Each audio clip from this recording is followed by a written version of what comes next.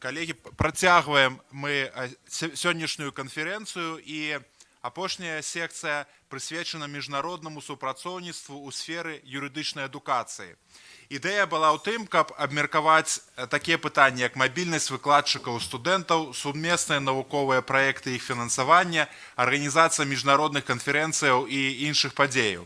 У прынцыпе, на ўсіх трох папярэдніх секцыях ужо ў той ці іншай ступені закраналіся пытанні міжнародных конкурсаў, супрацы з іншымі універсітэтамі, стажыроўкі і іншыя формы міжнароднага супрацоўніцтва.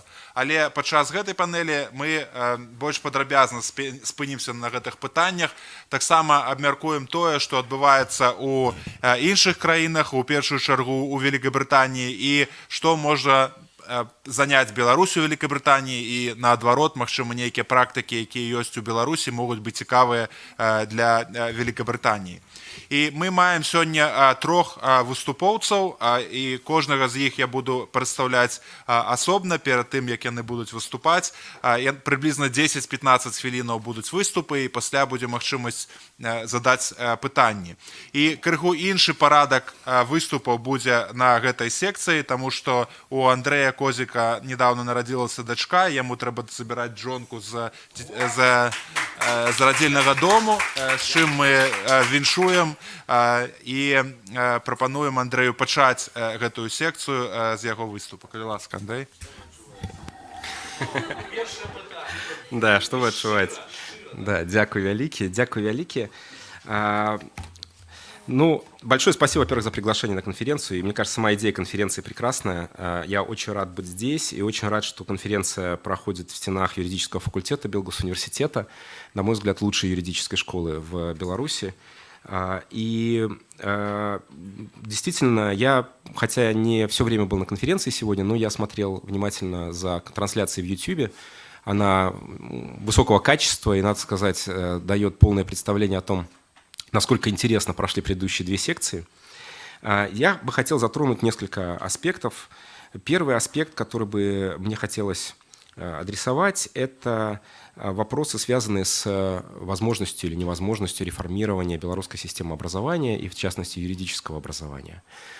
Довольно, с теми коллегами, с которыми мы лично знакомы, они знают, что достаточно продолжительное время я работал в качестве администратора одного из университетов в Беларуси, и в этом плане в качестве уже администратора довольно подробно и досконально знаю нормативно-правовую базу, созданную в Беларуси, и в частности реформированную в том числе с принятием Кодекса об образовании. С одной стороны. С другой стороны, последние 3 года так сложилось, что последние 3 года я работаю за рубежом, я не преподаю в Беларуси, я сконцентрировал свою деятельность на педагогической деятельности в иностранных вузах, англоязычных, и на участии в исследовательских проектах, о которых сегодня тоже очень много говорили. Из больших проектов, важных, в которых я участвовал, это 2. Один – это комментарий к Женевским конвенциям, который закончился изданием книжки в Cambridge University Press в 2016 году. И 2 – это книга, с автором которой я выступил, она называется «Stalin Manual to Zero». Это книга, посвященная международному публичному праву, применимому к кибероперациям. Она вышла в 2017 году, в январе 2017 года в Cambridge University Press. И поэтому есть возможность у меня такой вот интересный опыт из белорусской системы образования перейти в систему образования иностранную и в этой части сравнить.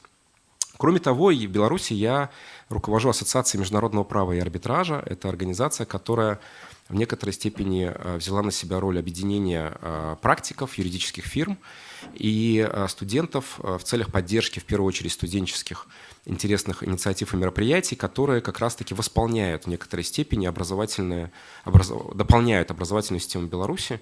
В частности, это проведение мудкортов, о которых говорили в предыдущей секции, это проведение конференций, возможности публикации и подготовки публикаций на иностранных языках, поддержка белорусских студентов, которые желают учиться за рубежом, путем консультирования их о том, как и что необходимо для поступления за рубежом, и, собственно говоря, не только студентов, но и преподавателей, поддержка их applications, их заявок на получение исследовательских грантов, это для преподавателей, и грантов на обучение за рубежом.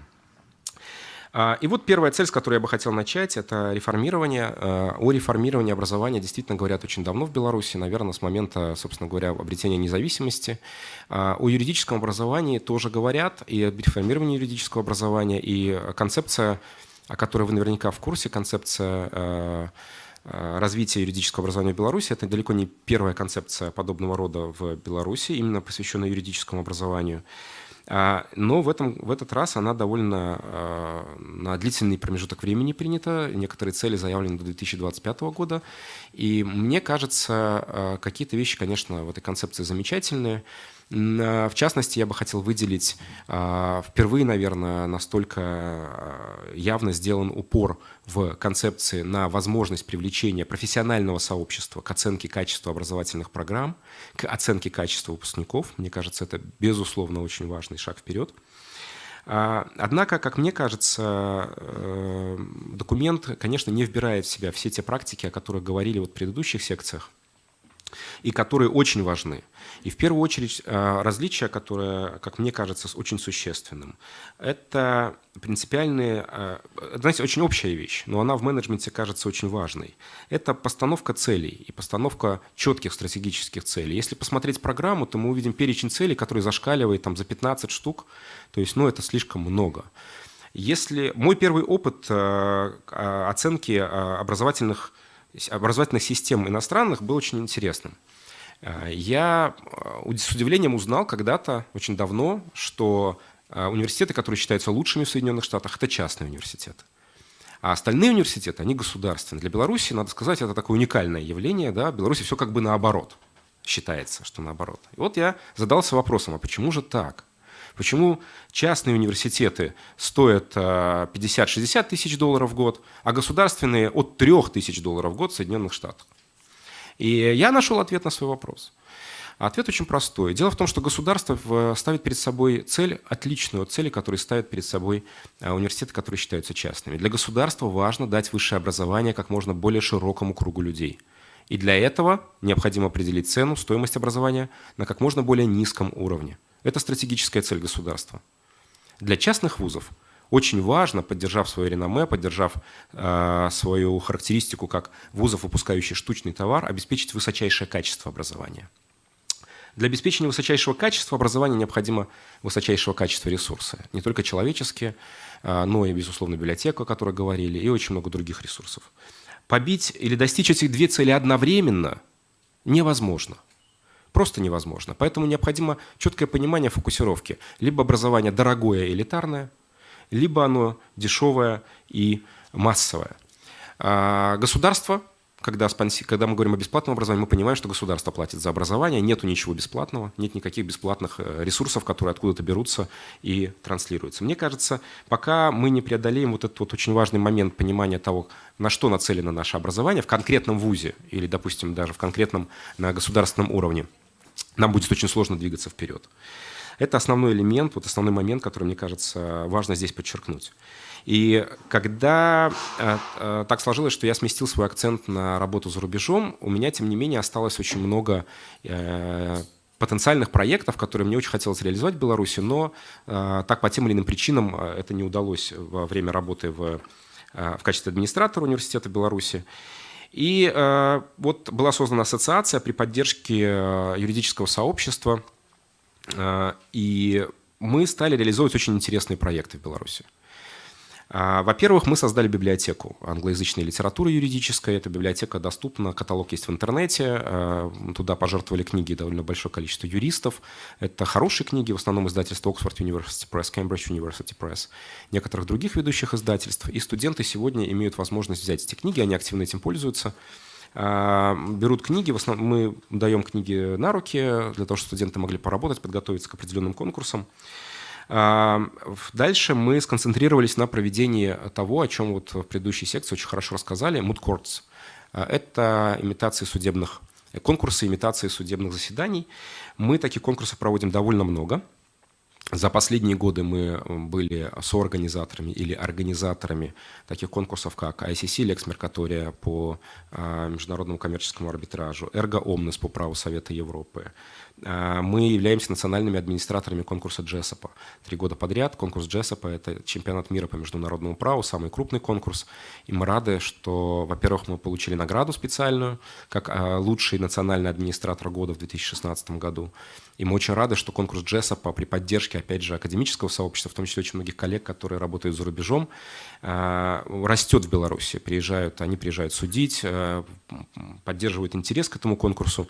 В этом году заявлено у нас 14 команд. Мы предполагаем, что справятся с подготовительными раундами 12 и будут участвовать в отборочных раундах 12. Это делает отборочные раунды в Беларуси одними из крупнейших в Европе. Мне кажется, это здорово. В самом конкурсе участвует более 700 команд со всего мира. И надо сказать, что за последние годы ни разу белорусская команда не возвращалась без каких-либо призов из этого конкурса. Мы традиционно в 5 лучших команд по подготовке письменных работ, меморандумов так называемых. Мы в числе лучших команд по общим баллам по выступлению. И я очень рад отметить, что действующим чемпионом 2017 года конкурса JESOP является команда юридического факультета Белорусского государственного университета. Это очень приятно вдвойне. Мы провели в этом году конкурс по медиации. И, в общем-то, перечень конкурсов довольно большой, который мы проводим. Мы пытаемся подтянуть ресурсы, потому что вы понимаете, что для того, чтобы их проводить, необходимы финансовые ресурсы. Мы пытаемся подтянуть ресурсы спонсоров. Иногда это получается, иногда не очень получается. Поэтому некоторые конкурсы на действительно высоком уровне проходят, некоторые попроще. Но самое главное, что академическое сообщество и юридическое сообщество Беларуси поддерживает это движение. Нам это очень приятно. Мы проводим летние школы. Мы проводим крупнейшую в Беларуси летнюю школу по международному праву. Она называется Summer International Law Camp. Она уже 3 года подряд проходит в Беларуси. Проходит она летом традиционно. На нее съезжаются студенты не только из Беларуси, но и из других стран. В этом году было около 40 человек из более чем 15 стран мира. Белорусов мы традиционно приглашаем, белорусских студентов, которые участвуют, проходят отборочные раунды, приглашаем либо на бесплатной основе, либо находим спонсоров. Если говорить про JESOP, опять же, возвращаться к нему, то в прошлом году мы отправили из Беларуси 3 команды. 3 команды – это около 15 человек. Мы нашли спонсоров для них, чтобы они поехали в Вашингтон, выступили на чемпионатах мира, потому что традиционно университеты не очень поддерживают команды финансово, и команды вынуждены искать спонсорскую поддержку, обращаться за ней. Мы также за ней обращаемся и, в общем, находим для этих студентов.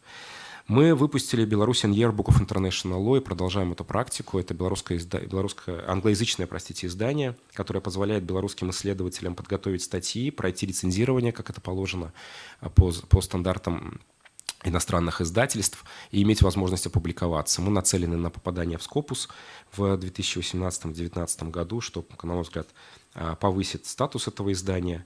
Мы издаем типографическим способом guidelines, так называемые гиды, которые нацеливают студентов, как получить образование за рубежом, какие существуют грантовые программы, и, соответственно, предоставляем всю эту информацию студентам. Делаем очень много другой работы интересной. Вся эта работа делается на энтузиазме, конечно. В ассоциации нету какой-то на сегодняшний день институциональной финансовой базы. Мы работаем над этим с нашими юридическими партнерами, юридическими компаниями, чтобы перейти на новый принципиальный уровень. Но, тем не менее, если вам будет интересно развитие этой темы, я есть в Фейсбуке, пожалуйста, давайте дружить, и я буду очень рад ответить на ваши вопросы. И завершая свое выступление, я бы хотел сказать еще о 2 вещах. Во-первых, еще раз подчеркнуть важность вовлечения в процесс обучения и, самое главное, оценки качества обучения профессиональное сообщество. Для этого существует в мире огромное количество методик, огромное количество систем. В Беларуси, мне кажется, нам недостает понимания того, что юрист, который выпускается, во-первых, неважно, выпускается он из частного или государственного вуза, он выпускается для экономики Беларуси, это очень важно. И второй момент, то есть не надо делить ничего здесь. И второй момент, он выпускается не для государственного сектора, он выпускается для вообще экономики Беларуси, опять же. И поэтому привлечение профессионального юридического сообщества, которое как правило, это частные компании, здесь было бы очень полезно. Английский язык, о котором много говорили, о котором я хочу опять сказать. И опять же, здесь в этом смысле я критикую программу юридического образования, потому что на английский язык там отведено, знаете, акцент сделан только на магистратуре, а вроде как бакалавриату или первой ступени образования английский язык не нужен, ну или как-то факультативно, но мне кажется, это большая ошибка. И закончить хочу вопросом, который адресовали предыдущие секции, о том, заменят ли компьютеры юристов. Знаете, я преподаю киберправо, это моя специальность, IT-ло, и я считаю, что заменят, друзья мои, и заменят очень скоро. И почему это произойдет? Не потому что компьютер такой вот он умный, он, знаете, творческие идеи, творческие задачи начнет решать, хотя искусственный интеллект и это уже может. Дело в том, что появляются новые методики, такие как смарт-контракты, например. Смарт-контракт – это контракт, в котором расписан любой вариант отклонения от нормы. Любое нарушение расписано с четкой санкцией. Смарт-контракт исполняется автоматически. Не нужна оценка человеком для того, чтобы ту или иную санкцию включить. И это очень важный момент. И поэтому, собственно говоря, это челлендж, это угроза арбитражу, угроза судебной системе, потому что на самом деле количество споров прогнозируется, что количество споров будет просто уменьшаться.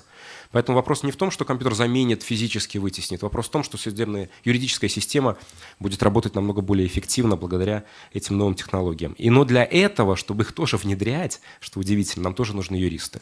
И декрет номер 8 про ПВТ, о котором сейчас очень много говорят в интернете, это единственный на сегодняшний день яркий пример того, как академическое сообщество может создать такого уровня юридический документ, и этот документ, я уверен, будет довольно успешен. Еще раз, этот документ родился не в недрах государственного аппарата. Он прошел там серьезное согласование, это да, но не в недрах аппарата он родился, а родился путем работы, интенсивной работы профессионального юридического сообщества Беларуси. Мне кажется, это очень важно. Я с удовольствием отвечу на вопросы.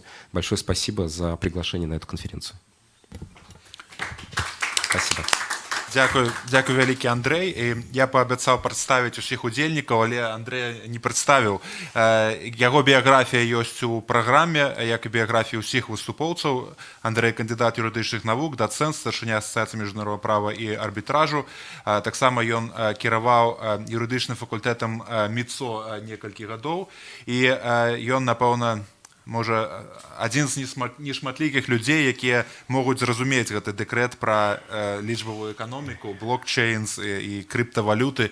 То есть усё гэта якраз сфера прафесійных інтарэсаў Андрэя.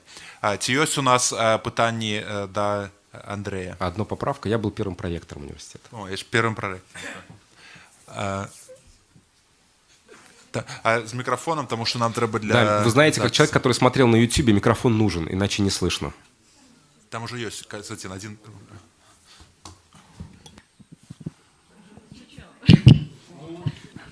Царева Людмила, кафедра гражданского права БГУ. Вы вот сказали, что консультируете студентов по поводу обучения за рубежом. Я так понимаю, речь идет именно о юридическом образовании, да? Так вот, у меня вопрос. И запросы со стороны студентов, и ваша ориентация при консультировании. Речь идет о образовании и потом последующем возвращении в Беларусь, или все-таки ориентация больше на то, чтобы уехать и там остаться? Да, спасибо за ваш вопрос. Знаете, я знаю, что есть какой-то, вот в Беларуси его нету, но есть в России такой бизнес, знаете, как-то консультируют студентов, студенты куда-то потом уезжают, кто-то там какие-то платит кому-то там за это там отчисления. Это не наша история. Наша история немножко другая. Речь не о том, чтобы нацелить студентов там куда-то уехать или поступить в какой-то иностранный вуз. Поскольку в том числе из-за конкурсов, из-за конференций, которые мы организовываем, огромное количество умных студентов, по-настоящему умных, знающих иностранный язык, всегда у нас на виду. Они всегда спрашивают о том, как построить свою карьеру. И будучи людьми, которые желают добра студентам, мы говорим о том, что для того, чтобы, если вы хотите работать в международных организациях, если вы хотите успешно работать за рубежом, вам необходимо получать в том числе степени, которые понятны иностранным нанимателям.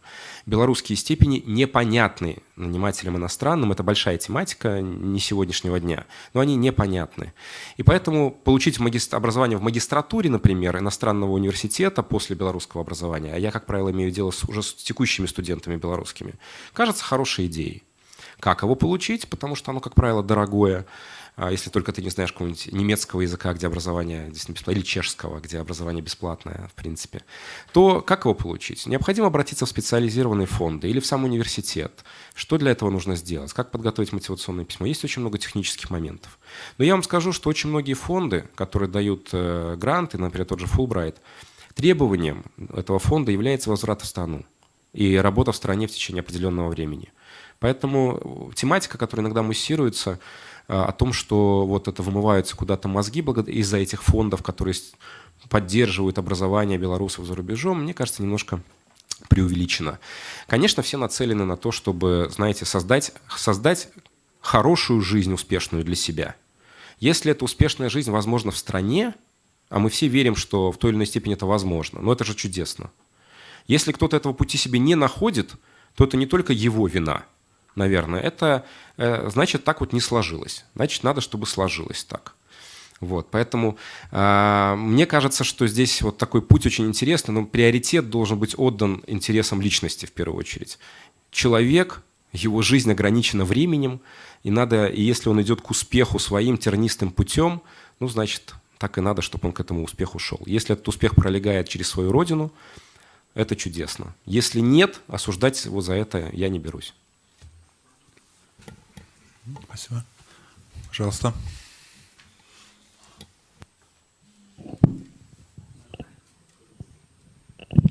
Доработал. Андрей Леонидович, вопрос к вам, либо, может быть, Ярослав ответит.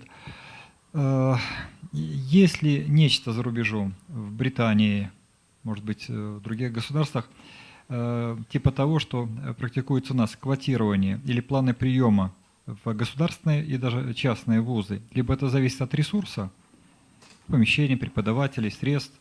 И в масштабах государства есть ли какие-то элементы, ну, планирования, условно говоря, востребованность в юристах, может быть, другие специальности не беру, есть ли хотя бы такой прогноз? И третий, может быть, аспект, связанный вот с этим, какой процент выпускников, получивших юридическое образование, работает по специальности? Я понимаю, что до каждого человека дойти невозможный процент точно, но хотя бы по вашим ощущениям, какой процент? 30, 50, 70 тех, кто получил юридическое образование, работают в итоге по специальности? Если не адвокатами, то, может быть, где-то в фирмах и так далее. Вот хотелось бы узнать, какая атмосфера в итоге на выходе? Спасибо. Можно? Вы знаете, квотирование есть. Но оно есть только там, где государство тратит большие ресурсы, например, определяя количество мест профессорских в университетах, как в Германии. Или, например, определяя государственный заказ. Но такого, чтобы на государственном уровне и государственным, и частным вузам доводилось, сколько нам нужно юристов в этом году, такого я, по крайней мере, не встречал. Что касается качества и что касается вот развития студентов в качестве юристов и дальнейшей их карьеры, то здесь еще раз об этом, наверное, вот уже говорилось, я хочу повториться тогда. Очень важно, что студенты приходят в юридическое образование в странах, где образование платное, очень осмысленно. Приходя осмысленно, они понимают, что это профессия, которая им нужна как инструмент для построения их карьеры, как правило. И поэтому они более мотивированы к своей профессии. Будучи более мотивированными к профессии, они, конечно, выпускаясь, опять же, вы слышали, выпускаются далеко не все, продолжают работу. Но еще третий момент здесь есть.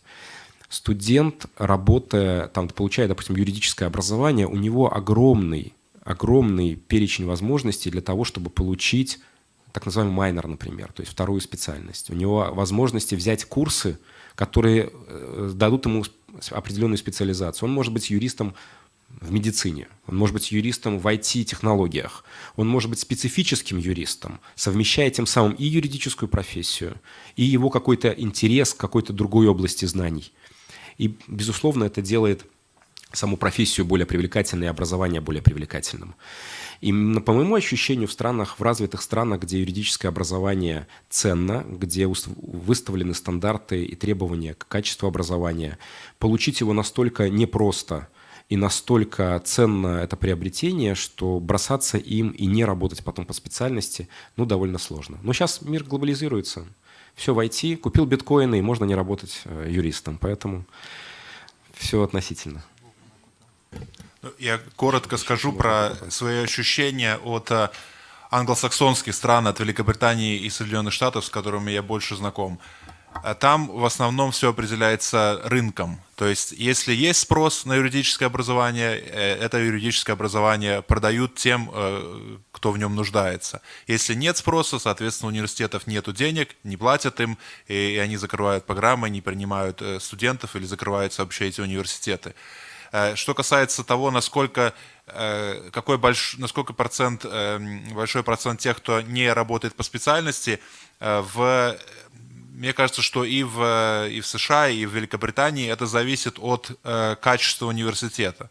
Если речь идет о самых лучших 5 университетах, например, то там практически все хотя бы какое-то время работают по специальности. Если идет речь о тех университетах, которые где-то внизу этой таблицы, то там подавляющее большинство как раз не работает, либо они работают в ролях, которые каким-то образом связаны с юриспруденцией, например, на каких-то должностях в местных советах или в фирмах, где какой-то элемент их работы связан с правом, но это не значит, что они практикуют право в таком обычном понимании этого слова.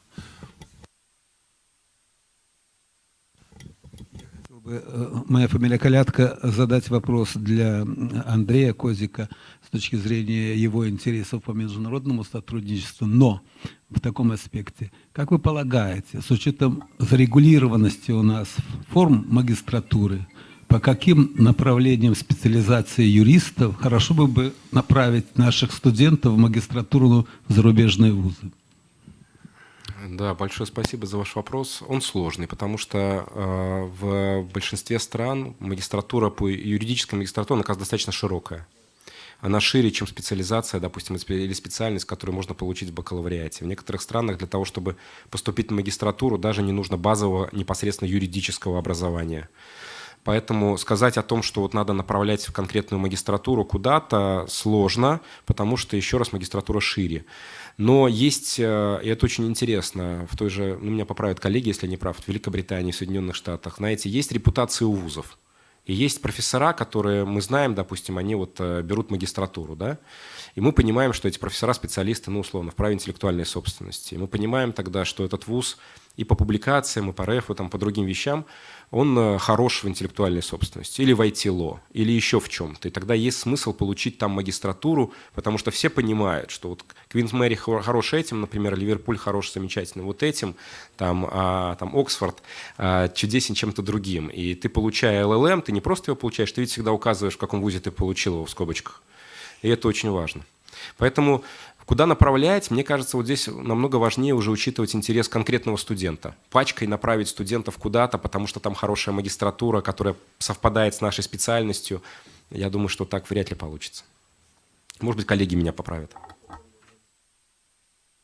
Могу только короткое замечание, что работодатели чаще всего смотрят на название университета, потому что они могут не знать, в чем силен тот или другой университет. Если, например, кто-то имеет магистерскую программу, магистерскую степень из Гарварда и потом хочет заниматься международным правом, мало кто будет интересоваться тем, что в Гарварде там не особо сильно международное публичное право, а в каком-нибудь другом университете там самые сильные специалисты в этом. Вот, так что с практической точки зрения надо просто смотреть на престижность университетов. Но если хочется глубоко в чем-то на самом деле зарабатывать, тогда надо специализированную программу выбирать.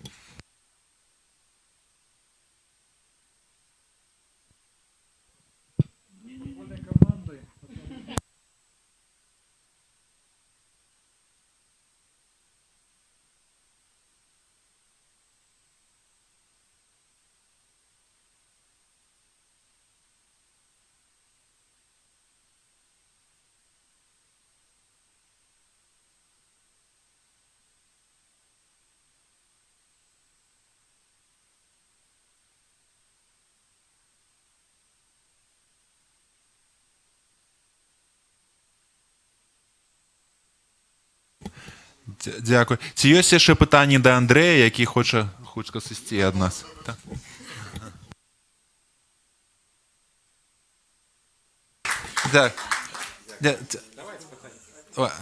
Андрей передумав, може посидіти з нами. А, ні, є. Тільки технічне. Там Добре, баланс. давайте питання. Один може працювати. Так, окей. Постукайте, це один із способів. Ваш повинен бути виключений, тоді той запрацює. Во. У меня вопрос, наверное, не столько к Андрею, сколько к белорусско-иностранным гостям. Скажите, есть ли в зарубежных университетах некая разрешительная система, похожая на нашу лицензию на право осуществления образовательной деятельности? И каким образом осуществляется государственная аккредитация, то есть разрешение на право выдачи документов установленного образца? Я как раз вчера мы обсуждали эту тему с Андреем по поводу лицензирования и то, что было заложено в первоначальный проект декрета. Вот.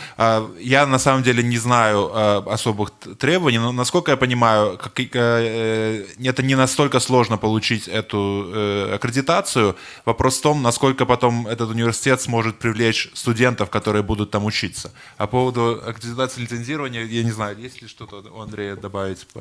Да, спасибо, что не причислили меня к тем белорусам, которые за рубежом. Значит, такого, ну, везде есть, везде практически есть некий государственный механизм, который обеспечивает соответствующее качество образования. Хотя далеко не везде есть вообще такое понятие, как там дипломы государственного образца. В некоторых странах это просто нонсенс какого-то государственного образца. Есть диплом вуза. Да, он либо котируется, либо нет. Какого государственного образца? Но, тем не менее, везде, во всех странах практически есть некая корпоративность, в том числе университетская корпоративность. И оно ведет к чему? Оно ведет к тому, что есть некие регулятивы, которые всем обязательны и которые должны выполняться. В том числе, в первую очередь, через аккредитацию образовательных программ они работают. Соответственно, вот британская реформа как раз-таки привела к тому, что огромное количество вузов исчезло просто с лица земли, университетов, потому что раньше они существовали под аккредитацией или под программами каких-то других крупных университетов. И, в общем, реформирование привело к тому, что не все смогли подтвердить эти уровни, и, собственно говоря, многие университеты закрылись, либо были преобразованы. Ну, и это вообще практически везде. Но основной момент, самый важный, отличие от Беларуси, я скажу, коллеги. Самый важный момент в том, что нигде аккредитацию университета не проводят настолько, знаете, конкурирующие вузы и настолько комиссии и по аккредитации, которые, ну, как это правильное слово подобрать, не всегда могут, на мой взгляд, объективно оценить и дать объективную оценку тому или иному университету или той или иной программе.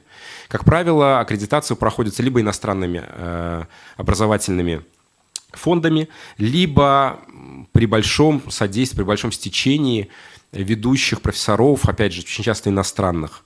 Внутри страны, особенно такой небольшой, как Беларусь, с небольшим количеством вузов, мне кажется, это вот интересный путь. По нему, кстати говоря, пошли наши прибалтийские соседи, где аккредитационные комиссии, как правило, состоят из иностранных специалистов, которые приезжают и аккредитуют ту или иную программу, для того, чтобы добиться большей объективности. А Министерство образования, извините, следит только за одним, чтобы эти комиссии были сформированы на объективной основе.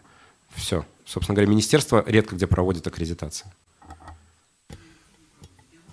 Так, от ЕГУ комментарий представника.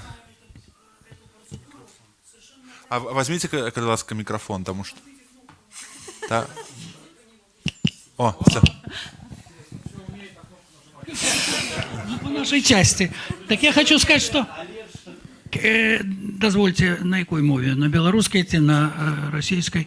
Дык сапраўды, як калега казаў, гэта не практыка, Андрей Леонидович, а это патрабаванне еўрапейскага заканадаўства, што калі праграма акрэдытуецца, то ў кожнай краіне еўразвязу ёсць цэнтр, які адказвае за якасць, ён абсалютна незалежны ад міністэрства адукацыі, хаця ён нібыта там але ён ніякім чынам не падлягае юрысдыкцыі міністэрства адукацыі. І, ну вось, напрыклад, праграма, я у гэтым годзе ўдзельнічаў, наша прававая праграма на 6 гадоў атрымала акрэдытацыю і прыязджала 7 чалавек, і ні адзін з іх не быў літоўцам, апроч студэнткі літоўкі, якая спраўджвала, як працуе студэнцкае самакіраванне. а было 6 прафесароў з Харватыі, з Нямецчыны, з Францыі, і яны атрымоўваюць так званы, як гэта сказаць, самаатчёт, справаздачу, які сам універсітэт падрыхтоўвае на працягу, напэўна, 6-7 месяцаў, і яны гэтую справаздачу вывучаюць заочна, а тады прыязджаюць на некалькі дзён і сустракаюцца з выкладчыкамі адмыслова, там са студэнтамі, з прадстаўнікамі адміністрацыі і робяць свае высновы, заходзячы з тых внёскаў, якія... Советская система, сам на себя характеристику, которая только комиссия, правком, партком, подписи. Дякую велике за... До Андрея ці наогул?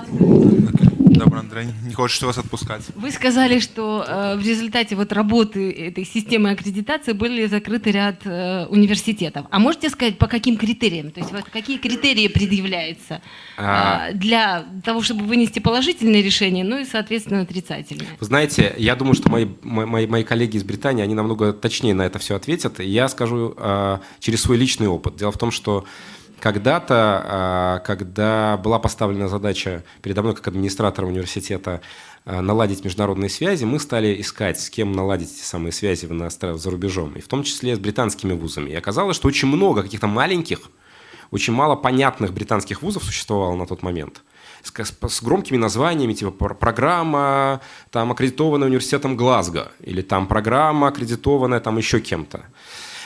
И Ливерпуль не встречал.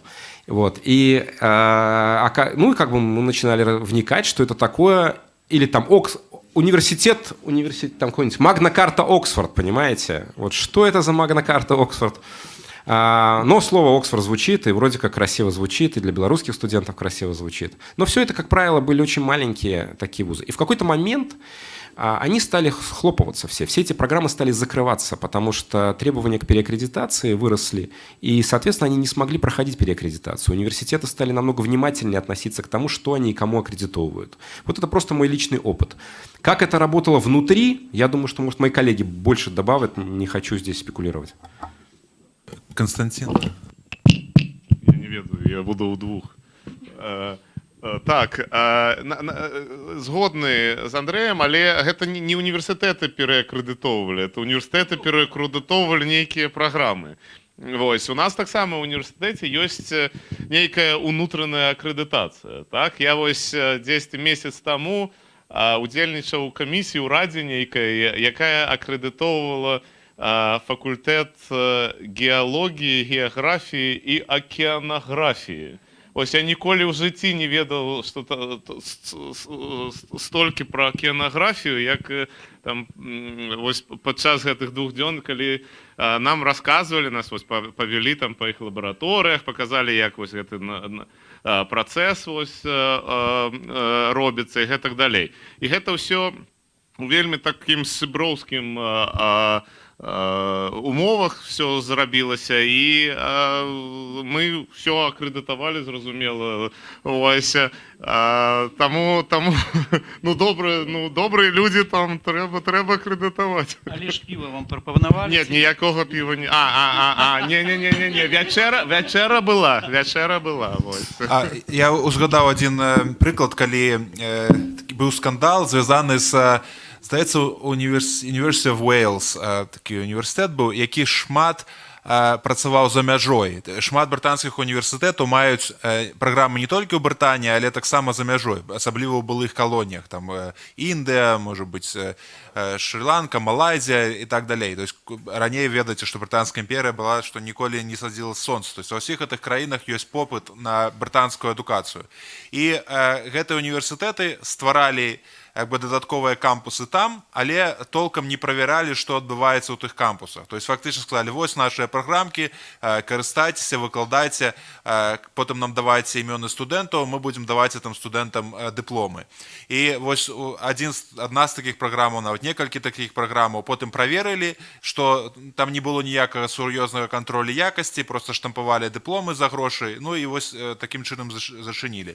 Я сам працаваў, але ў той жа час існуюць універсітэты, якія вельмі паспяхова маюць праграмы за мяжой не толькі ў краінах Азіі і Афрыкі, але таксама ў кантынентальнай Еўропе з розных прычынаў. І я сам, напрыклад, у Шры-Ланку ездзіў 6 гадоў 2 разы на год на такую падобную праграму.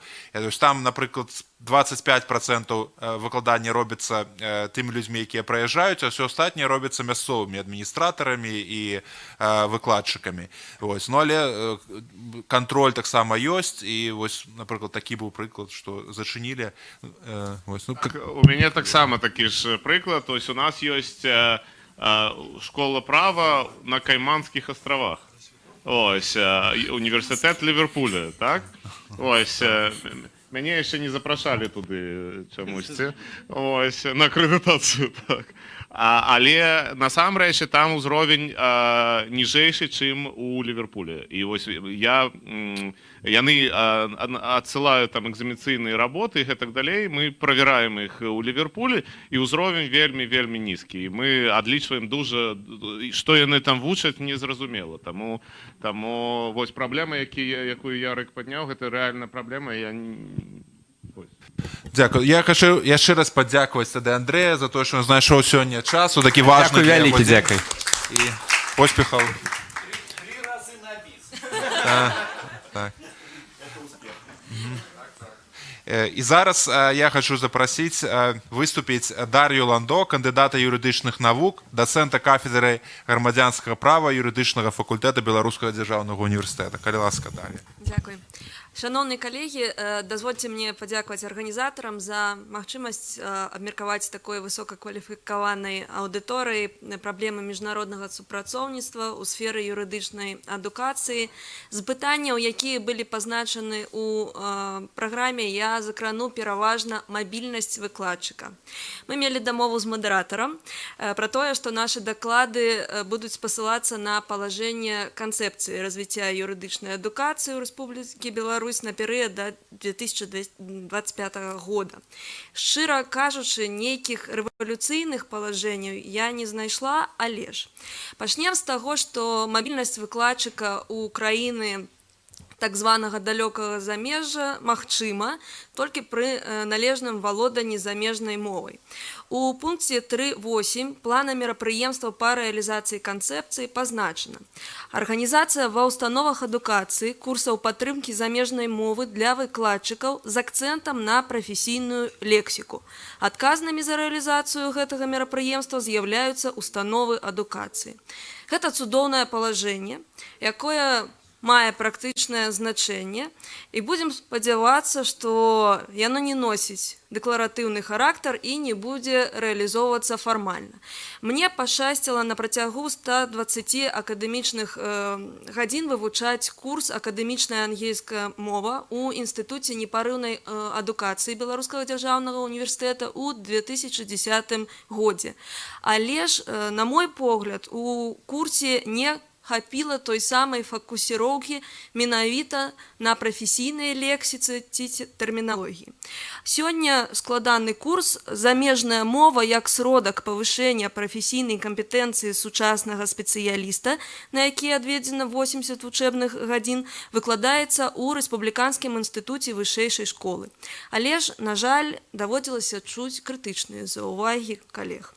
Што застаецца выкладчыку? Правильно, займацца самаадукацыяй. Напрыклад, у цэнтры маёй прафесійнай увагі пытанні інтэлектуальнай уласнасці, і не так даўно мы з калегамі скончылі працу над праектам па альтэрнатыўных спосабах вырашэння спрэчак. І шчасце, што існуе Акадэмія сусветнай арганізацыі інтэлектуальнай уласнасці, якая прапануе шэраг дыстанцыйных курсаў на англійскай мове. У тым ліку па арбітражу і медыяцыі, але ж і тут ёсць свая лыжка дзёгцю. Курсы платныя. Універсітэт навучання на іх пакуль не фінансуе. Але ж будзем спадзявацца на канцэпцыю і чакаем павышэння якасці адукацыйнага працэса ў адпаведнасці з пунктам 4.4. Далей, непасрэдна мабільнасць выкладчыка згадваецца ў пункце 4.5 канцэпцыі як варыянт інтэграцыі сістэмы юрыдычнай адукацыі ў міжнародную адукацыйную прастору. Калі верыць дакументу, мабільнасць развіваецца з мэтай павышэння прафесійнай кваліфікацыі, правядзення даследавання і стажыровак. Мы ведаем, што сёння мабільнасць выкладчыка ўспрымаецца наймальнікам як добры бонус да міжнароднага супрацоўніцтва. Аднак пацвердзіць ёю павышэнне кваліфікацыі немагчыма. Патрэбен толькі дакумент ад пэўных арганізацый Рэспублікі Беларусь. Таму на дадзены момант трошкі дэкларатыўна. Яшчэ адно сур'ёзнае пытанне, які сэнс закладвалі распрацоўшчыкі канцэпцыі ў словазлучэнні развіццё мабільнасці выкладчыка. Давайте паразважаем пра развіццё як паляпшэнне якасці мабільнасці выкладчыка. У ідэале сам выкладчык ці яго наймальнік вызначае нейкія установы, якія ўжо маюць сфарміраваныя школы па пэўным накірунку. Але тут можна сутыкнуцца з такой праблемай. Наймальнік не пагаджаецца з выбарам выкладчыка, выкладчыку не падабаецца выбар наймальніка. Яшчэ адным спрыяльным фактарам развіцця мабільнасці выкладчыкаў, на мой погляд, з'яўляецца запрашэнне да нас замежных калег. І юрыдычнаму факультэту БДУ пашчасціла, таму што мы вельмі удзячныя прафесару Арканзаскага універсітэта Злучаных Штатаў Амерыкі Крыстаферу Келлі, які знаходзіць час і ўжо больш за 5 гадоў прыязджаюць да нашых студэнтаў, чытае ім лекцыі, што не маюць аналагаў у беларускай праграме. І прафесар Келлі дапамагае і прафесарска-выкладчыцкаму складу удасканаліць прафесійную лексіку, калі выкладае курс Legal Writing. Што, калі пад развіццём мабільнасці выкладчыка мы маем на ўвазе толькі павелічэнне колькасці перамяшчэнняў? Калі гэта так, тады неабходна ўлічваць такое разуменне мабільнасці пры фарміраванні нагрузкі выкладчыкаў, каб яны мелі магчымасць браць удзел у некалькі праграмах. Наймальніку трэба стаць лаяльным, даваць магчымасць выкладчыкам рэалізоўваць мабільнасць, нават калі ўжо ёсць загад з прозвішчамі членаў дзяржаўнай экзаменацыйнай камісіі, напрыклад. Але ж у плане мерапрыемстваў па рэалізацыі канцэпцыі пра гэта нічога не сказана. Трэба зазначыць, што для выкладчыкаў юрыдычнага факультэта Беларускага дзяржаўнага універсітэта характэрна акадэмічная мабільнасць. Напрыклад, я стартавала з папулярнай праграмы па абмене, тады яшчэ еўрапейскай супольнасці, Erasmus Mundus, акно знешняга супрацоўніцтва. Каардынатарам з'яўляўся універсітэт Д'Юста ў іспанскім горадзе Більбаа. План праграмы вельмі дынамічна змяняўся. Гэта быў 2008 год. Мне здавалася, што я еду навучацца, знаёміцца з метадалогіяй выкладання, збіраць літаратуру для новых курсаў магістратуры, а ў выніку выкладала курсы па праве Еўрапейскага Саюзу магістрантам пераважна з краін ЕС. Канешне, гэта не вельмі адпавядае таму, з чаго пачыналася праграма. Досвед добры, але ж складана.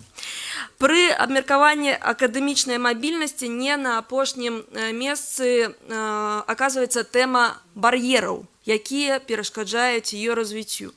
І я прапаную супыніцца на двух момантах: фінансаванне і візы. Панацэй ад іншых бар'ераў лічаць балонскі працэс, але ж з улікам спецыфікі яго імплементацыі ў Беларусі я пакідаю гэта пытанне для асобай канферэнцыі. Калі верыць Вікіпедыі, студэнты, якія выкарыстоўваюць магчымасці акадэмічнай мабільнасці, традыцыйна дзеляцца на дзве вялікія групы. Гэта фры-муверы, якія едуць у іншыя навучальныя установы па сваёй ініцыятыве, перспектыве на умовах самафінансавання. І праграмныя студэнты, якія прымаюць удзел у нейкай праграме. Мне здаецца, што такая ж класіфікацыя дапушчальна для выкладчыкаў. І, канешне, пытанне фінансавання для выкладчыка фрымувера у асобных выпадках вырашаецца за кошт прымаючага боку.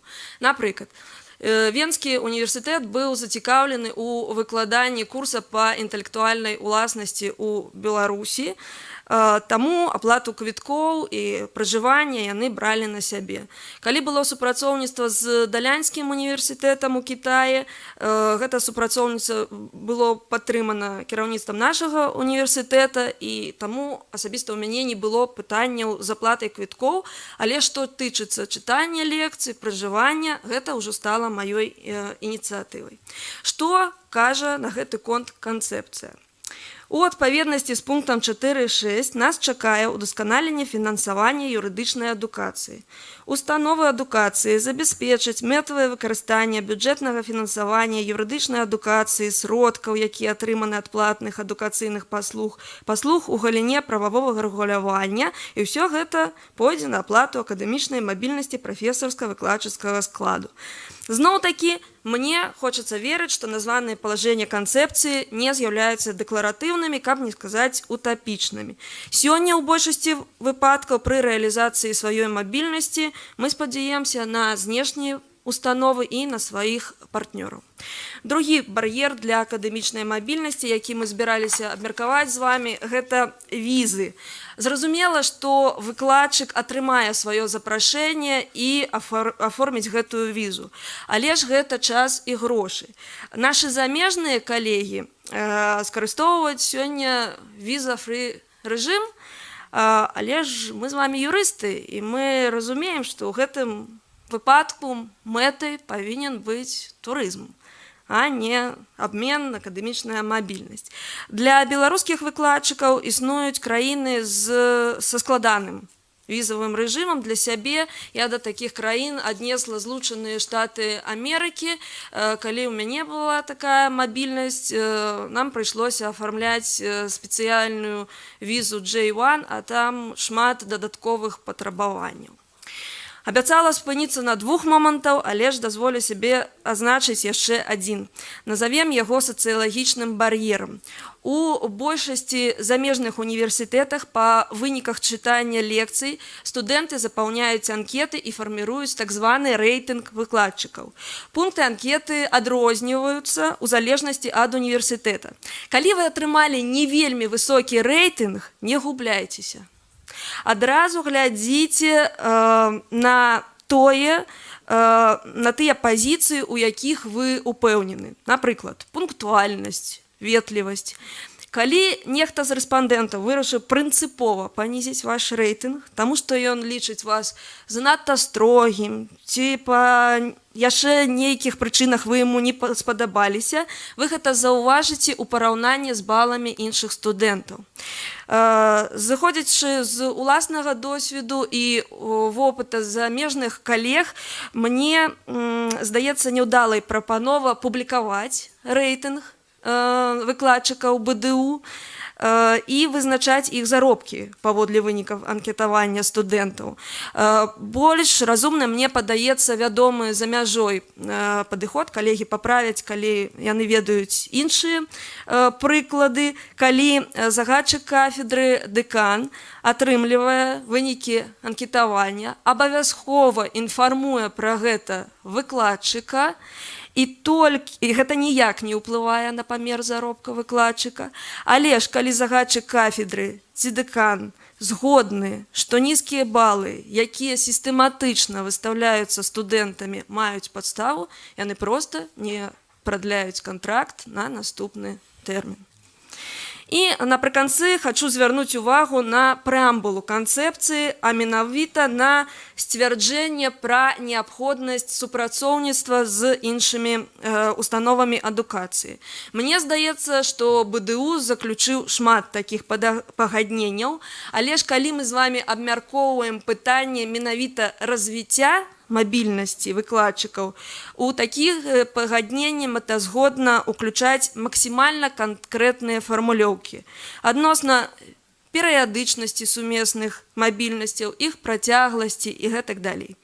Вось такое мне уяўляецца акадэмічная мабільнасць выкладчыка праз прызму канцэпцыі. Дзякуй за ўвагу. Дзякуй вялікі, Дар'я, таксама дзякуй за вельмі юрыдычны падыход да гэтай праблемы, які мы ўсе ацанілі. Зараз ёсць час да пытанняў. Я толькі зраблю адну заўвагу пра тое, наколькі студэнты могуць уплываць на кар'ерны рост выкладчыкаў ці на пазіцыю універсітэта ў рэйтынгах. У Брытаніі ці штогадовы, ці раз на некалькі гадоў робіцца так званыя апытання студэнцкага задавальнення студэнтаў ва ўсіх універсітэтах. І там прапануецца усім студэнтам усіх універсітэтаў запоўніць пэўную форму, дзе пытаюцца, наколькі яны задаволеныя вучобай, наколькі яны задаволеныя станам памяшканняў, бібліятэкаў і так далей.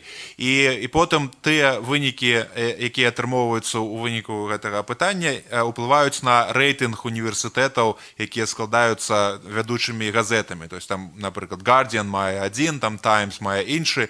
То есть гэта важны кампанент, і для того, каб універсітэты павысілі сваю пазіцыю ў рэйтынгах, яны адчуваюць, што ім трэба зрабіць, каб студэнтам это ўсё падабалася. Ёсць такі пэўны ціск на выкладчыкаў, каб зрабіць, наколькі магчыма, найлепшыя вось гэтыя вынікі.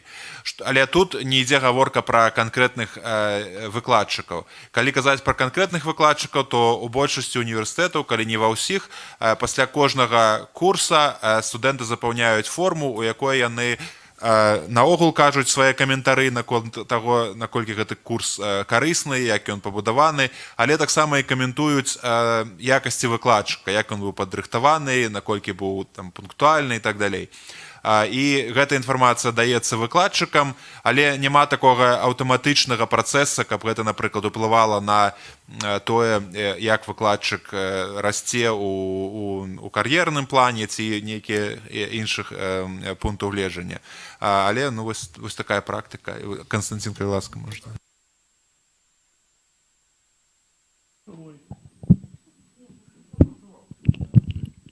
Ось я это запрацаваў. Добра. Не, мне вельмі цікава вельмі гэта прапанова, што ад фідбэка студэнтаў будзе залежаць заробак. Но гэта не можа быць, гаспадарства. Но мой заробак не залежыць ад таго, што пра мяне кажуць студэнты. У студэнтаў дужа многа ўлады, яны фідбэкі гэтыя робяць, але як гэта мой заробак можа залежаць ад фідбэку? Гэта ж святое, так? Што? Мой заробак это святое. Я больш скажу, што разглядаецца пытанне, ці дастаткова адной анкеты, каб гэта паўплывала на ваш заробак? Групавое ці індывідуальнае анкетаванне? Не, гэта, напэўна, з метадалагічнага пункту гледжання гэта не павінна так быць. Зразумела, што мой заробак прапісаны ў кантракце, а мой кантракт вечны, яго нельга скончыць. Калі толькі я не ведаю, не буду хадзіць увогуле на лекцыі, тады, напэўна, штосьці са мной зробяць. Але так, не. Зразумела, што ўсе жадаюць там, каб... Так, мы адносіцца да прэміі, так. Толькі да прэміі. Але ж часам яна носіць памер больш, чым заробак. Ага. Я прапаную, што... Мы уже заглыбіліся вельмі ў гэтую тэму. У нас секцыя называецца «Міжнароднае супрацоўніцтва ў сферы юрыдычнай адукацыі». Таму я запрашаю пытанні пра мабільнасць выкладчыкаў, сумесныя навуковыя праекты, а таксама арганізацыю міжнародных канферэнцыяў Тут бачите, нават удзельнікі маёй панелі пачалі пра заробак спрашацца за плечамі мадэратара. Вось наколькі вострая тэма, заслугоўвае асобную канферэнцыю, я ўпэўнены. Ці ёсць яшчэ пытанні да Дар'і пра міжнароднае супрацоўніцтва? Калі ласка, дайце туды один мікрафон на тую частку. Чекайте. Я даже повторяю. Насколько реально в силу интереса к какому-то профессору, чтобы в Европе прочитать не на европейском языке, а на русском Евросоюзе лекцию? Есть ли факты приглашения известных специалистов? Потому что у естественников это быть невозможно, они хорошо английский знают все. А у гуманитариев есть. Это упущение. Надо работать, да. Дякую тады яшчэ раз, Дар'я, за выступ. І я запрашаю Вадзіма Самаріна, кандыдата юрыдычных навук, дацэнта кафедры крымінальнага працэсу і прокурорскага нагляду юрыдычнага факультэта БДУ. І Вадзім, наколькі я памятаю, збіраўся больш паразмаўляць пра мабільнасць. Мобильность там была. Окей, пра праектныя заяўкі і сумесныя навуковыя праекты іх фінансавання. Калі ласка, Вадзім. Добрый день. Так, мне засталося что? Мне засталося праца з праектамі адукацыйнымі, а не навуковымі, перш за ўсё. А таксама арганізацыя канферэнцыі, там, здаецца, таксама стаіць. Гэта тое, чым я апошні час займаюся. Я удзельнічаў у кіраванні 2 тэмпус-праектамі на юрыдычным факультэце. Вось апошні мы ўсё ніяк не скончым. Там у нас скончваецца справаздачнасць фінансавая ў Брусэлі. Гэта праект, на які спасылалася ўжо Дар'я. Праект тычыўся альтэрнатыўных спосабаў вырашэння спрэчак і канфліктаў. І так, добра мець гэтыя праекты, але заканадаўства ў нас у краіне, на жаль, вельмі складанае. Пачнем з праектаў. Праект трэба зарэгістраваць. Такі праект гэта лічыцца міжнароднай тэхнічнай дапамогай, і яго трэба рэгістраваць як МТП у Міністэрстве эканомікі. Дык вось такая рэгістрацыя праходзіць 1 год. І гэта мы хутка зрабілі. Мне сказалі, што наш праект быў, дзякуючы маім намаганням, хутчэй за ўсе праекты зарэгістраваны. Крыху менш за 1 год мы гэта зрабілі. Мы атрымалі дазвол з Брусэлю у верасні 2013 года, а праект быў зарэгістраваны, адразу я пачаў працу па рэгістрацыі, праект быў зарэгістраваны толькі 18 ліпеня 2014 года. Ну, крыху меней за год. Што самае цікавае, донараў не цікавяць гэтыя праблемы з рэгістрацыяй унутры краіны. Для донараў мы пачынаем рэалізаваць праект тады, як гэта напісана ў заяўцы. Для Міністэрства эканомікі, наадварот, іх не цікавіць, што там цікава для донара. Вы можете пачаць працу па праекце толькі тады, калі ён зарэгістраваны. І складанасць заключаецца ў тым, што, напрыклад, яшчэ да таго, як праект пачаўся, трэба ехаць у Брусэль на сустрэчу ўсіх каардынатараў праекту, і хтосьці гэта павінен фінансаваць. Калі мы будзем праводзіць гэта афіцыйна, я маю на ўвазе, калі мы гэта будзем ўсё праводзіць праз камандзіроўку, аплату з універсітэту і потом спрабаваць атрымаць грошы з бюджэту праекта, тады атрымаецца, што мы пачалі рэалізацыю праекта до таго часу, як ён зарэгістраваны ў рэспубліцы. І тады гэта не МТП лічыцца. І вось у гэтым праекце мы чакалі, калі наступіць 18 ліпеня, каб толькі тады пачаць менавіта дзейнасць па праекце. Я лічу, што трэба нейкім чынам змяніць наше заканадаўства, якое тычыцца МТП, і, ну, мабыць, 2 месяцы хай яны гэта робяць, але не 10 месяцаў, як у нас атрымалася. Гэта была найлепшая хуткасць у рэгістрацыі. Тыя праекты, якія знаходзяцца па-за межамі Мінску, ім яшчэ складаней гэта рабіць. Я кожны дзень магу дайсці да Міністэрства адукацыі, Міністэрства эканомікі і запытацца, як там нашыя справы, што трэба яшчэ, чым дапамагчы, ці магчыма зрабіць за іх нейкія дакументы. Вось. Пасля таго, як праект мы ўсё ж такі зарэгістравалі, пачынаецца праца менавіта... Так, там ідзе відэо з нашого проекту, якое мы зрабілі. Там вы можете бачыць усі наші activities, якія былі ў праекце, і нашай каманды. Гэта каб неяк зменіць карцінку, я вырашыў так зрабіць. Дык вось, унутры універсітэта тут пачынаецца зноў бюракратыя, бо тая ж бухгалтэрыя, юрыдычны аддзел, усе баяцца гэтых праектаў. Праекты вызваляюцца ўвогуле ад падаткаў, і таму зразумела, чаму бухгалтэрыя хвалюецца штосьці зрабіць неяк не так. Опять же, проблема у недосконалости законодаўства, проблемы с курсовой розницей, якая ўзнікае. Еўрапейскай камісіі ўсё роўна, што там у нас за праблемы з курсамі, яны кажуць, вось на дзень, калі вы атрымалі грошы, мы бярем гэты курс. Як атрымалася ў нашым праекце, мы атрымалі грошы пры курсе 13 000 беларускіх рублёў. Праект пачалі мы працаваць ужо 20 рублёў быў. Еўра я маю на ўвазе. І, як вы разумееце, у нас атрымоўваюцца нейкія страты. І мы можам менш заплаціць заробкаў выкладчыкам, праблемы з мабільнасцямі і гэтак далей. Добра, з бухгалтэрыяй мы праз год таксама знайшлі паразуменне нейкім чынам. І тут нечаканая зноў праблема. І ці ж да выкладчыкаў яны не жадаюць. Было вельмі складана працаваць з асобамі, якія працуюць так з выкладчыкамі, бо не ўсе мелі давер, мабыць, што яны атрымаюць заробак па праекце. Бо калі ўжо пачалі атрымоўваць заробак выкладчыкі, а чаму вы нам не казалі? Калі ж ты шукаеш кагосьці зрабіць пакуль яшчэ без грошай, а не, я заняты і гэтак далей. Таму праекты яшчэ успрымаюцца і калектывам насцярожана часам. Вось, калі праз канцэпцыю яшчэ праводзіць нашы праекты, то ў канцэпцыі ёсць такі цудовы пункт, што трэба распрацоўваць, рэалізоўваць сумесныя адукацыйныя праграмы вышэйшай адукацыі па юрыдычных спецыяльнасцях. І ведаеце, мы спрабавалі, у нашым праекце былі грошы нават на тое, каб правесці гэтыя працэдуры, але большасць замежных партнёраў яны адразу нам казалі, што не, гэта не будзе рэалізавацца.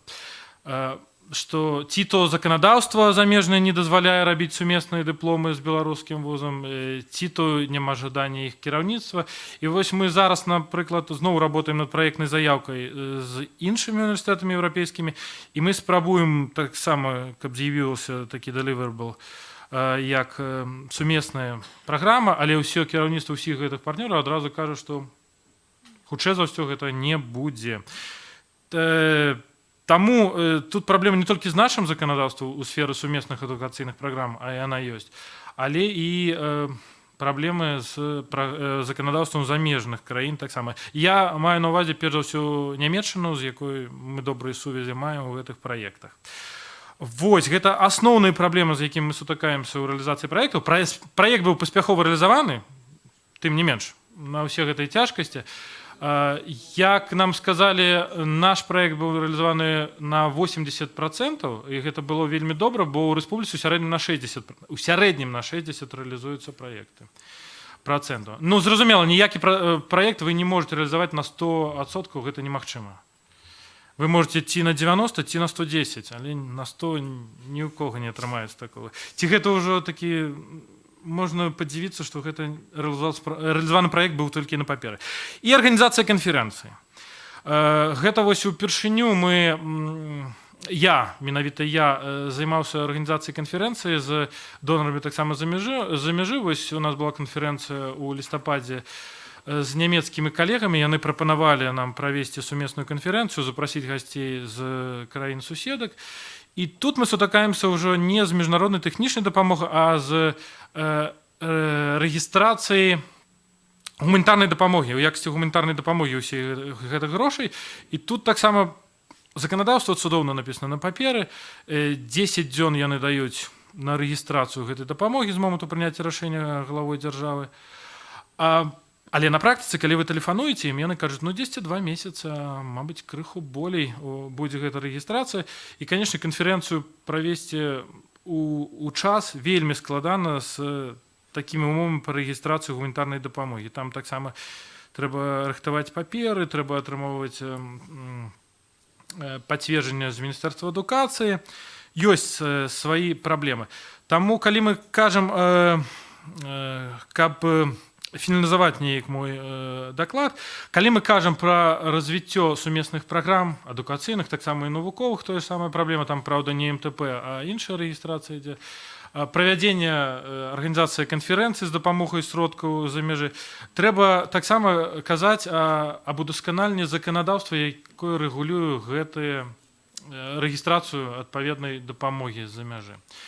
Ну і калі ў кагосьці будуць якія-небудзь пытанні, я з задавальненнем адкажу. Дзякую. Дзякуй вялікі за цікавы выступ, Вадзім, і мы запрашаем пытанні да Вадзіма. Провокационное питание. После декрета об цифровой экономике не зарегистрировать ли юрфак вот там, в этом парке? Я не супраць, але ад мяне гэта не залежыць. Мне здаецца, не юрыдычны факультэт, тады весь БДУ туды трэба перавесці, бо мы не юрыдычная асоба дакладна. Зачем нам от другие? Тады робім юрыдычны інстытут зноў. Дзякуй. Возьми микрофон. Той выключите. Есть. А у меня такое пытанне больш філасофскае. А навошта ўвогуле рэгістраваць гэту замежныя гранты? Якая ў дзяржавы мэта ў гэтым сэнсе? Вось я ўвогуле, мы нічога не рэгіструем ось ва універсітэце. Мэта, не, ёсць мэта, бо гэта не толькі Беларусь, у Украіне яшчэ больш складаны працэс, бо мы працавалі ў гэтым праекце з украінскімі калегамі, і яны зарэгістравалі пазней за нас праект. Ну так, але, мабыць, таму, што каардынатару Харкаве, а ім трэба было ездзіць да Кіева. Рэгіструецца для таго, каб атрымаць усе льготы, якія мы можам. Мы можам не рэгістраваць, але ПДВ, падатак на дабаўленую вартасць, напрыклад, мы тады не зможам карыстацца гэтай льготай, а па ўсіх гэтых праектах Еўрасаюз, ён патрабуе, каб ПДВ не аплачвалася, калі мы набываем абсталяванне. Далей, падаходны падатак, таксама льготам нашы супрацоўнікі не карысталіся бы гэтай льготай. Бо па праектах Еўрапейскі Саюз кажа, каб падаткаў не было. Па нашым заканадаўстве, каб атрымаць падатак, льготу па падатку, трэба зарэгістраваць праект. Тое ж самае, ці гэта будзе гуманітарная дапамога, ці гэта будзе міжнародная тэхнічная. Гуманітарны там складанне, там падатак падаходны трэба аплачваць. А тут і падаходны не аплачваецца. Таму вось мэта. Так, калі ласка, прадстаўцеся і...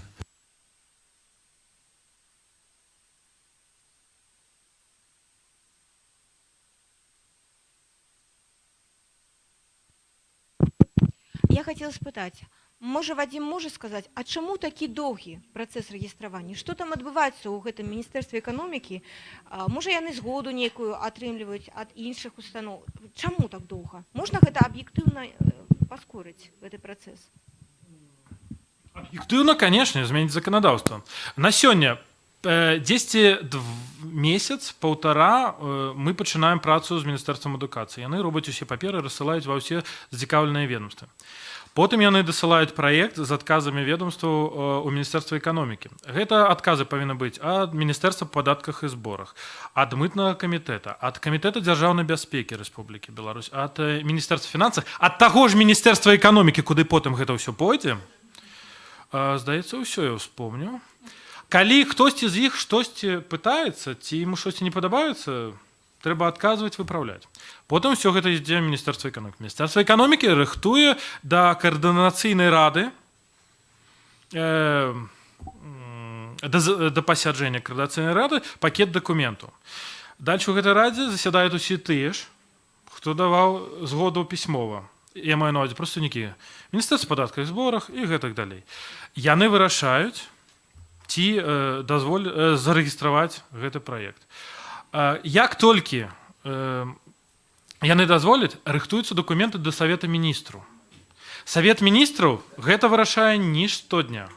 Здаецца, раз на месяц, я магу памыляцца, гэта вырашаецца.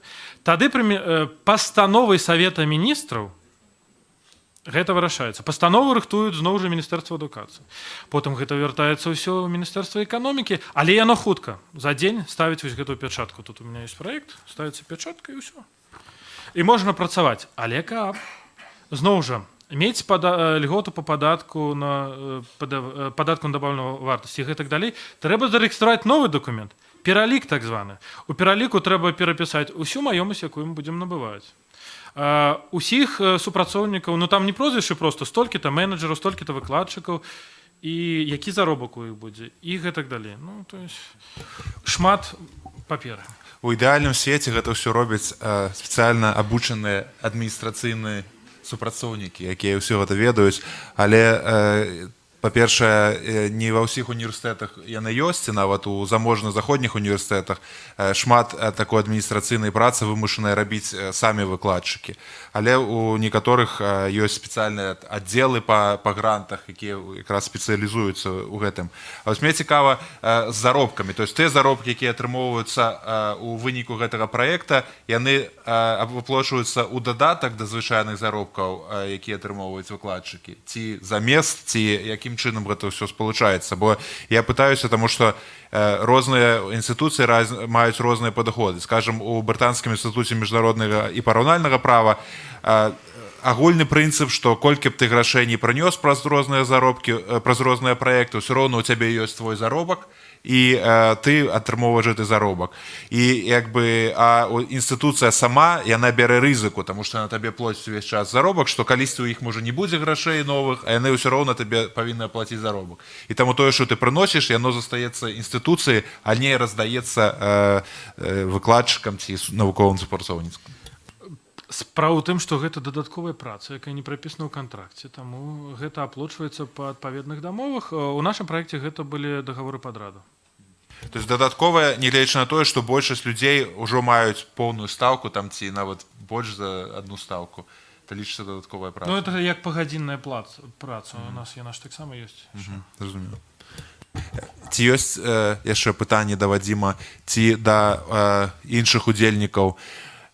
Магчыма, не толькі датычыцца якія міжнароднай супрацы, але іншых аспектаў. Напрыклад, мы не зусім не абмяркоўвалі такія пытанні, як наведваемасць, правяраць, ці трэба правяраць, ці не, наведваюць студэнты, ці не.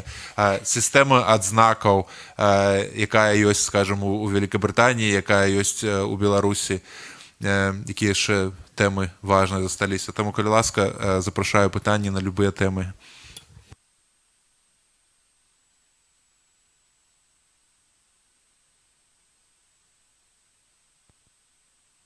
Самарыну і спадарыні Ландо, бо нягледзячы на ўсе гэтыя цяжкасці, аб якіх яны так цікава тут распавялі, хачу сказаць, што ў выніку гэтых праектаў атрымаліся добрыя падручнікі, вось менавіта ў тым праекце, у якім яны ўдзельнічалі. І я некалькі месяцаў таму з вялікім задавальненнем даведаўся, што ў Вільнюскім універсітэце гэтымі падручнікамі дагэтуль карыстаюцца выкладчыкі, якія выкладаюць, шмат якія там рускамоўныя, у тым ліку і беларусы, і украінцаў вельмі шмат навучаецца зараз у Вільні. І вось яны карыстаюцца гэтымі нашымі беларускімі дапаможнікамі, якія выдаў юрыдычны факультэт БДУ. Так што, безумоўна, ёсць плён вось у гэтых міжнародных праграмаў па супрацоўніцтву. Як было складана напісаць гэтыя падручнікі?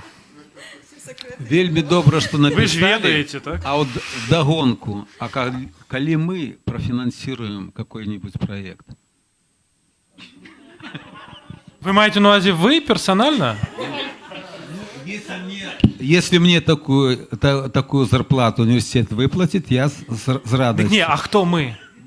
Я имею в виду, когда с университетов Беларуси найдут средства, в министерстве и так далее. Это не до меня. Чтобы за наши деньги. Сергей Александрович, возьмите, коли ласка, микрофон, можете коротко сказать. Вельмі дзякуй, Іван Николаевич. Мы шмат проектов таксама фінансируем. Ну, і все, ёсць такая магчымасць. І мы супрацоўнічаем з другімі універсітэтамі, сумесныя праекты. Так што ёсць вельмі вельмі вельмі добрыя вынікі, вельмі добрыя вынікі.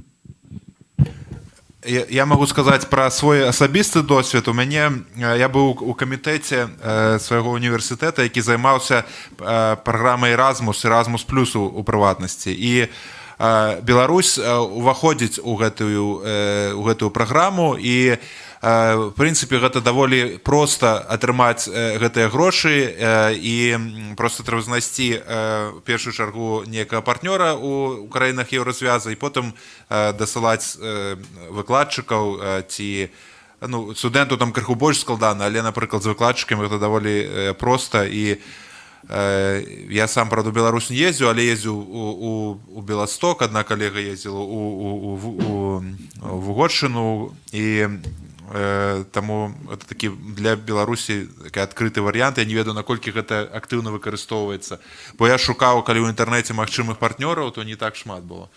Дар'я, ведаеце?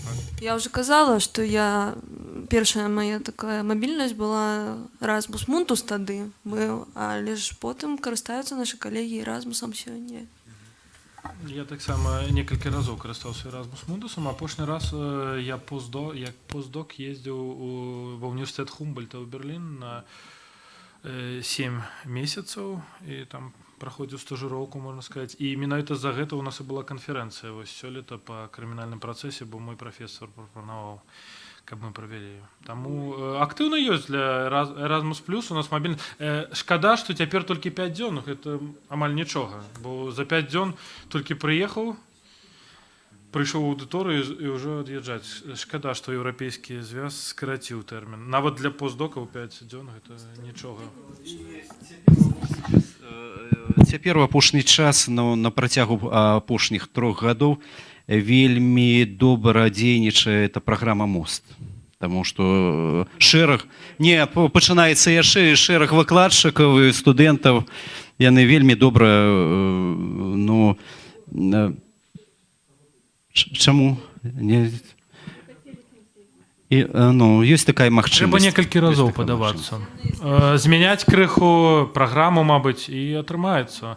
«Мост» гэта вельмі добры такі праект. Таму карыстайцеся. Здаецца, у Лондан збіраецца прыехаць адзін з выкладчыкаў факультэта міжнародных адносінаў, але не ў універсітэт, а ў бібліятэку Франціска Скарына, якая знаходзіцца там.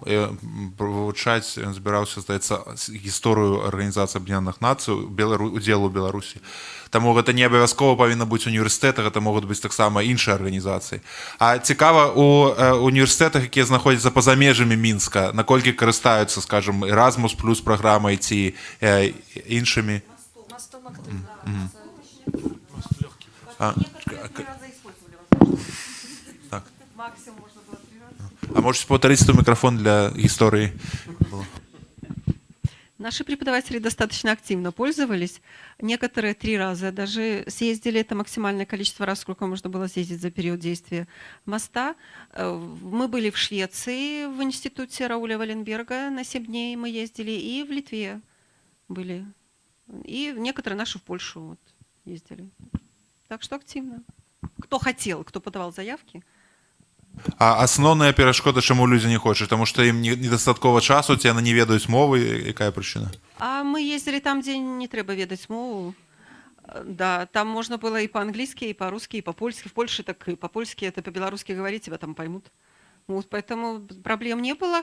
В Швеции там тоже очень много русскоязычных. Там часть была из желающих поехать, несколько человек хорошо знали английский язык, кто-то так понимал, но не говорил.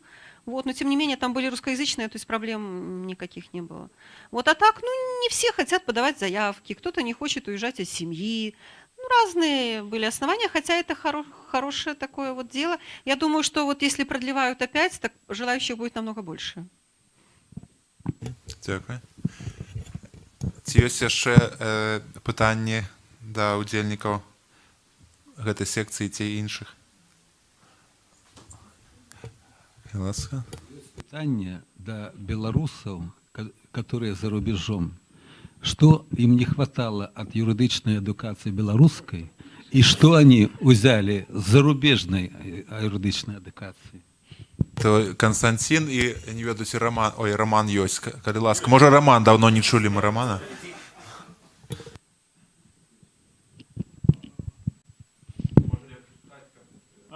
Добра. Што не хапала тут і што я атрымаў там? Напэўна, не хапала тут крышку вось гэтага міжнароднага элемента, бо я вучыўся на факультэце міжнародных адносін. Я туды загадзя шоў, я хацеў туды трапіць. І вось гэтага міжнароднага элемента мне не хапала. Я б хацеў бы бачыць больш абменаў, хаця бы і каб нашы выкладчыкі мелі магчымасць часцей ездзіць туды, рабіць абмен досведам, і каб больш замежных выкладчыкаў прыязджала. Бо калі сёння глядзіш на сучасны свет, і гэта тэндэнцыя, яна ўжо нас датычыцца, але не ў такой ступені, як, скажем так, у заходніх краінах, мабільнасць там вельмі вялікая, і шмат перамяшчаюцца выкладчыкі, шмат перамяшчаюцца эксперты, многія сумяшаюць, як у нас, і працу ва універсітэце, і некую практычную дзейнасць. Гэта такі сусветны тренд, які дазваляе заставацца у русле,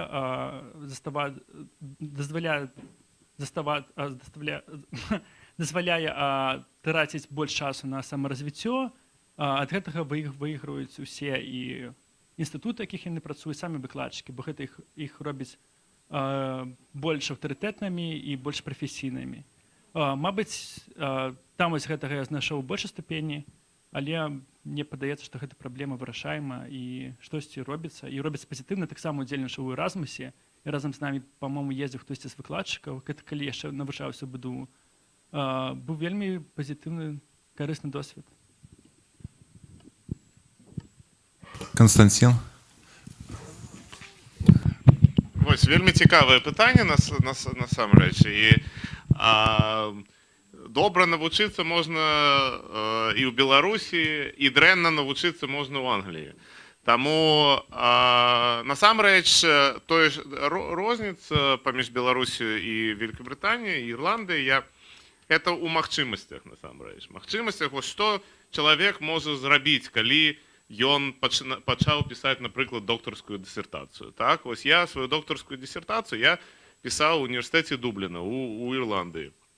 І у мяне была магчымасць на 5 месяцаў паехаць у Еўрапейскі суд па правам чалавека, папрацаваць там, паглядзець, зрабіць інтэрв'ю з суддзямі, вось паглядзець, як гэты мой кансэнсус еўрапейскі, ён працуе на практыцы, паразмаўляць з юрыстамі, якія там працуюць. І гэта вельмі карысна. Гэта вельмі карысна для даследчыка, каб паглядзець. Плюс, зразумела ж, колькасць крыніц усялякіх і колькасць дакументаў, якіх можна пачытаць на ангельскай мове, это увогуле у разы больш, чым на рускай ці беларускай. Увогуле, я вось не вельмі добра чытаю па-французску, і вось гэта таксама нейкія абмежаванні.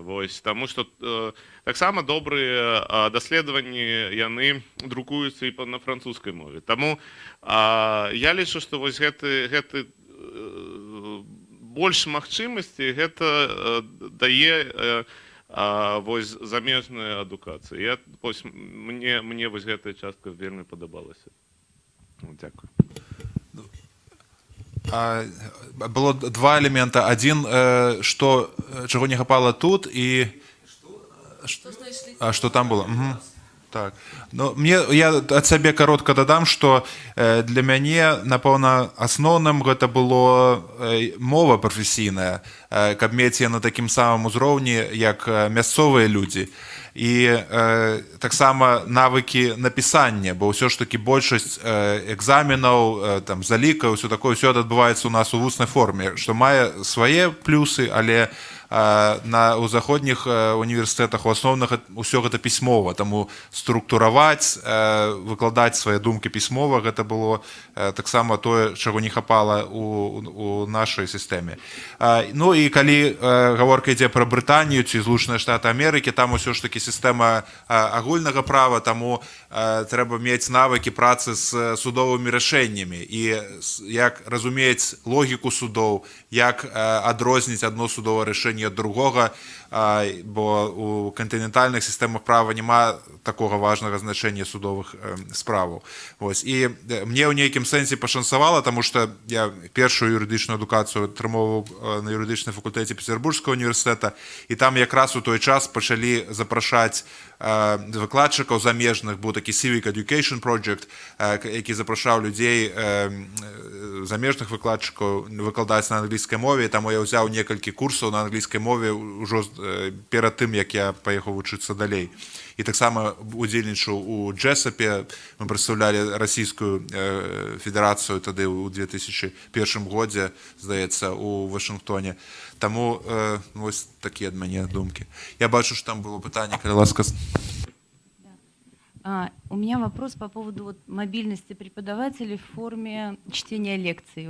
Кто-то предпринимал такие поездки, или, может быть, поделитесь опытом из вузов, где учились или каким-то образом сотрудничали. И вопрос такого рода: что стимулирует студентов посещать такие лекции?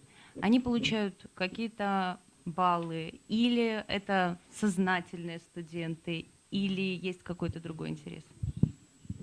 Ну, я магу пра свой асабісты досвед сказаць, што калі я ездзіў у Польшчу, то там проста мяне запрашалі на тыя звычайныя заняткі. То есть, напрыклад, хтосьці выкладае міжнароднае права, і я просто прыходжу адзін з гэтых дзён, і там ужо і так сядзіць поўная аўдыторыя, то есть мне не трэба было запрашаць дадаткова.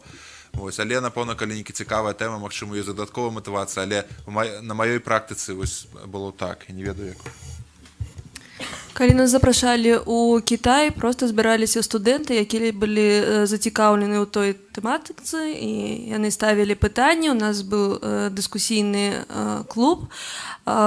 У Венскім універсітэце запрашалі, але ж падпісвала я кантракт, і там атрымлівалі балы студэнты, калі яны вывучалі гэты курс.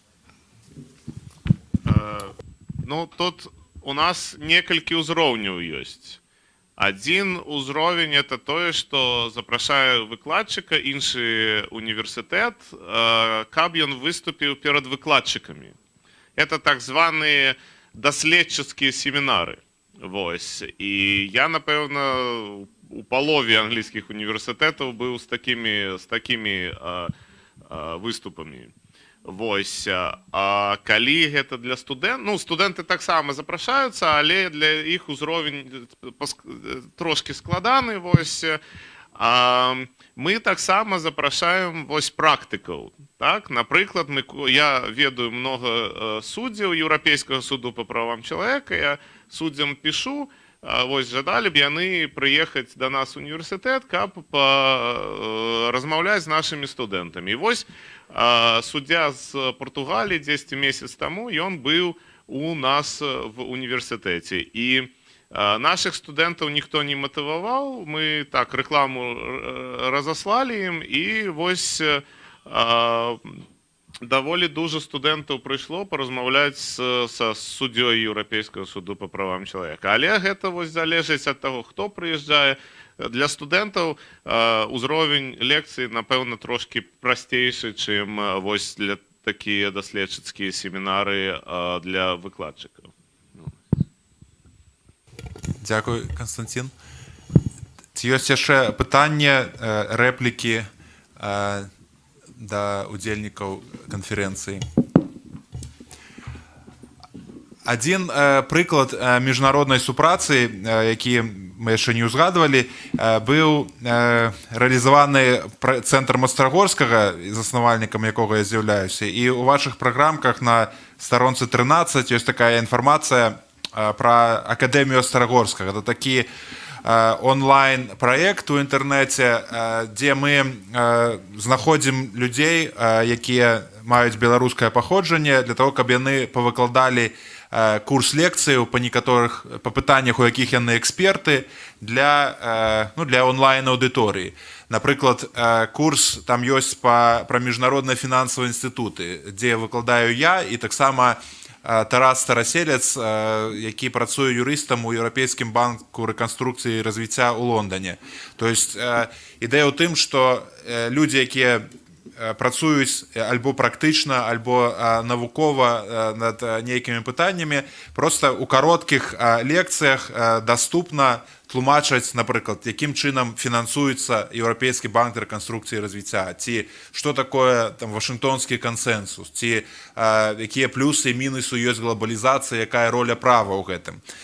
То есть там, і, напрыклад, калі вы выкладаеце нейкія дысцыпліны, якія звязаныя ў нейкім сэнсе з тымі курсамі, якія ўжо даступныя, можаце рэкамендаваць сваім студэнтам, бо там не толькі ёсць відэо з рознымі медыа-элементамі і іншымі цікавымі малюнкамі, выявамі, але таксама і тэсты, і транскрыпты гэтых лекцыяў.